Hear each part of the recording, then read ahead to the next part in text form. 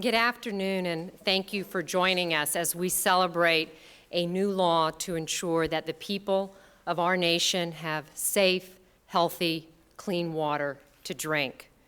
This new Safe Drinking Water Act truly represents the bipartisan commitment to public health and environmental protection that President Clinton has called for.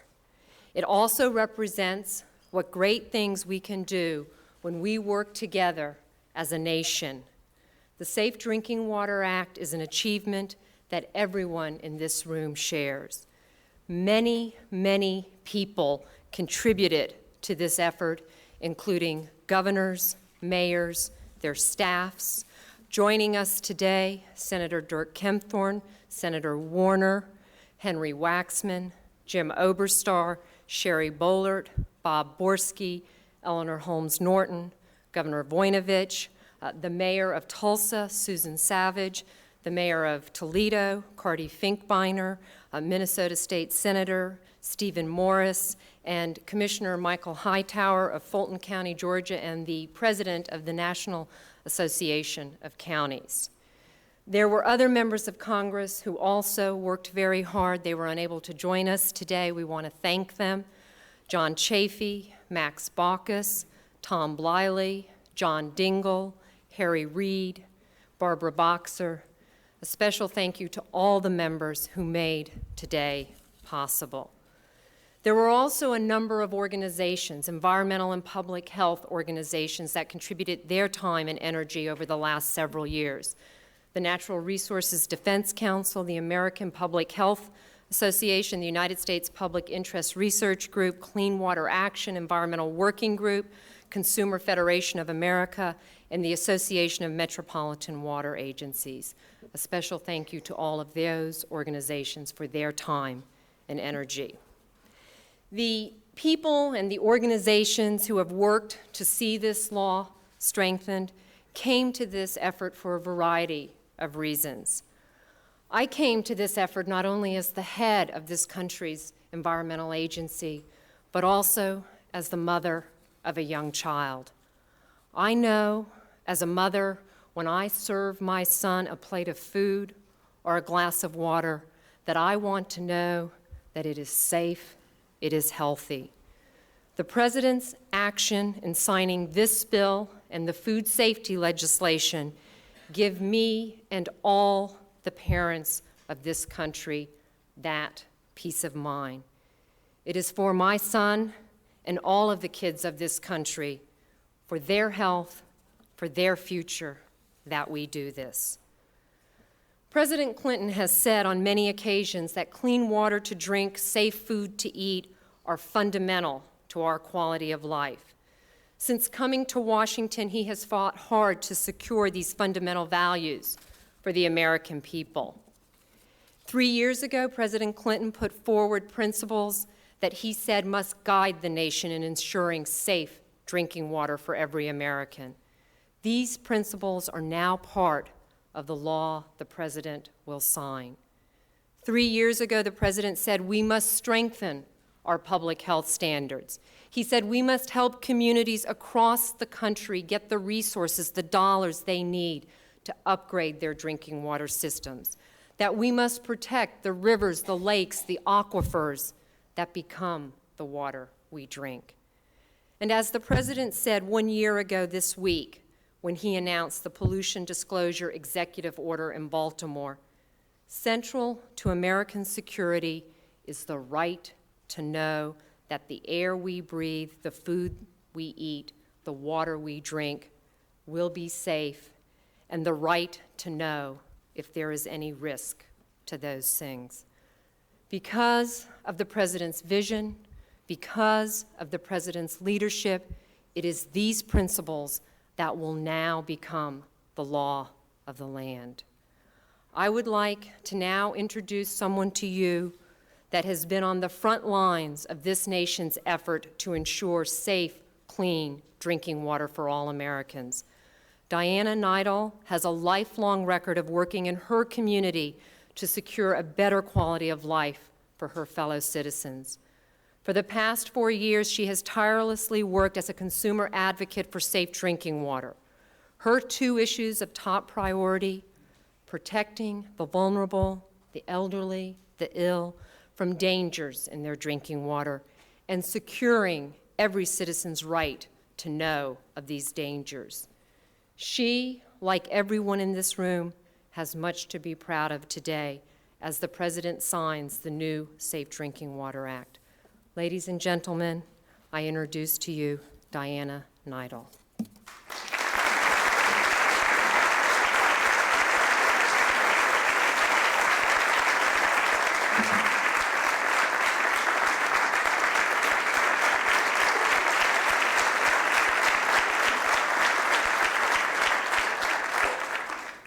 I feel very honored to be introducing President Clinton today, a president whose leadership has been so important to the passage of this drinking water bill, a bill which will increase the safety of the tap water for all of us across the country. As a mother and now as a grandmother with two young granddaughters, I feel that all of us have a responsibility to do our part to increase the effectiveness of government at every level. And for more than 20 years, I have worked for citizen advocacy groups on issues important to families. And for the last 4 years, I have worked on behalf of consumers on health and safety issues, particularly on the safety of our drinking water and our food. There are many provisions in this bill which, when it is funded and takes effect, will make me feel much more comfortable about pouring a glass of water and handing it to my granddaughter. I will highlight only one of these provisions. It's called the right to know. It will require water systems to tell us once a year what contaminants, be they germs or parasites or chemicals, are in our water.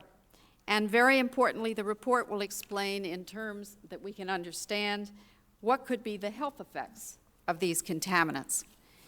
There is no more basic right for consumers or for families than their right to know. With information, people can make intelligent choices. Without it, they're often unable to take precautions to safeguard their health. And with this information on drinking water, the public is more likely to support efforts to modernize local water treatment methods and facilities. How will this provision help families? I'm sure that in virtually every family in this nation, there is at least one member who is vulnerable to very serious illness if they drink water which contains certain kinds of contaminants. For instance, it may be a very young child whose immune system is not fully developed, or a grandparent with less resistant to infections with age and disease, someone who suffers from cancer and is being treated with chemotherapy, or someone who is HIV positive or is suffering from AIDS. Such a family member is at risk of serious illness at lower levels of drinking water contamination than the rest of us. Families need to know that if they should boil water or take other precautions to protect those most vulnerable members of their household, this legislation gives us that important information. On behalf of all those across the country, parents, mothers, grandmothers who want to protect the health of their families, I want to thank you, Mr. President, for your leadership, without which this strong, safe drinking water bill would not have been passed. It is with great pleasure and deep appreciation that I introduce the President of the United States, Bill Clinton.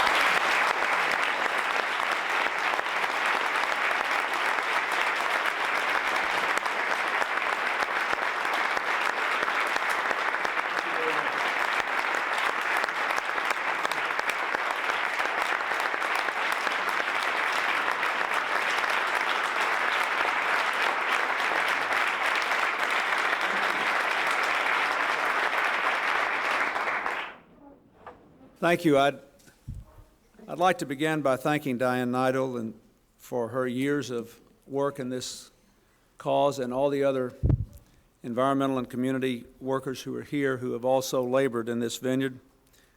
I want to thank Secretary Browner and the others at the EPA, who have done such good work on this legislation, and the members of Congress who are here and those who are not here who were active, Senator Warner and Senator Kip Thorne, thank you especially for your efforts in this. I know how long and hard you worked on it.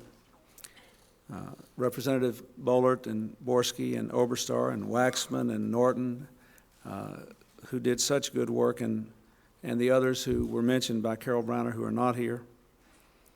I thank Governor Voinovich and the mayors and the commissioner and the state senator who have come here today, because their constituents will be affected by it, and the way they govern will be, I believe, eased and improved as a result of this legislation.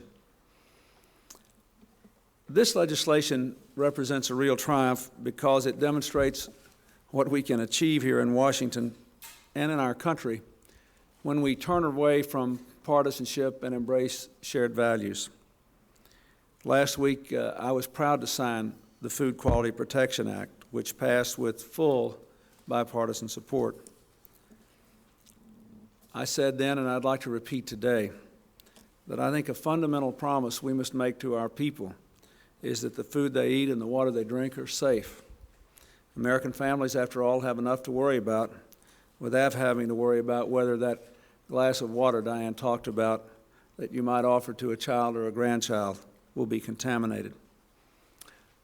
Today we come together in that same spirit of bipartisanship to celebrate another cornerstone in the foundation of security for American families. The Safe Drinking Water Act is terribly important. I know that many of us take safe drinking water for granted. Unfortunately, it's not always so. I came into office determined to change this. In 1993, I asked Congress to strengthen our drinking water laws to meet the challenges we face today and the ones we'll face in the future. I'm proud to say that the proposals I made then are at the heart of the law I will sign today. Americans do have a right to know what's in their drinking water and where it comes from before they turn on their taps. Under the new law, water authorities will be required to tell them. Americans have a right to trust that every precaution is being taken to protect their families from dangerous and sometimes even deadly contaminants like cryptosporidium. The new law sets high standards that consider the special needs of children, the elderly, people living with AIDS, and weak immune systems. Americans have the right to believe that government is doing everything it can to keep water systems safe. The new law requires it to act. It protects the sources of our drinking water from pollution. Even more important, it authorizes nearly $10 billion in loan funds to help communities all across our nation upgrade their drinking water systems. I hope that Congress, and I believe that Congress, will now take the steps necessary to release all of the available monies to communities as quickly as possible. As some of you know, just by chance, the law passed a few hours too late to access money that had been set aside. But the law passed with such strong and passionate support, I believe it will be forthcoming. Today, we help to ensure that every family in America will have safe, clean drinking water to drink every time they turn on a faucet or stop at a public water fountain. From now on, our water will be safer and our country will be healthier for it. Again, let me say there are environmental and consumer and public health groups represented here who work so hard to make this happen, and it wouldn't have happened without you. Again, let me say that Congress performed so very well in this endeavor, coming together, working together, securing our future together. This has been a good couple of weeks for positive achievement. These environmental laws, a higher minimum wage, incentives for small businesses, health reform, meaningful welfare reform. This is what government should do and how we should work together. Now, let me just say one other thing in passing.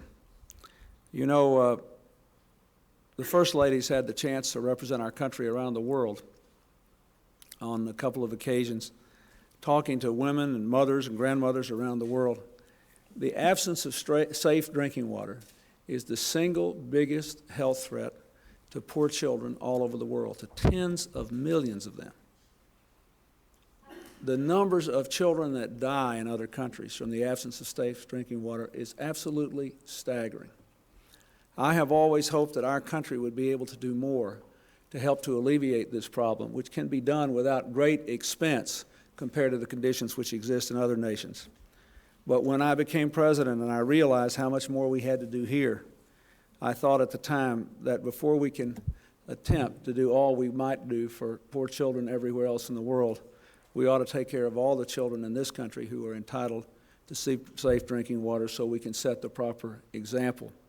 That's what we're doing today. I am very grateful to every one of you who had a role in this. And now I'd like to ask the children to come up and stand around me as I sign this law, because after all, they're what the law is all about. I'd like to invite the members of Congress who are here, and Governor, I'd like to ask you to come up as well to represent the state and local officials that are here and what they have at stake. So if you all come up, we'll sign the law.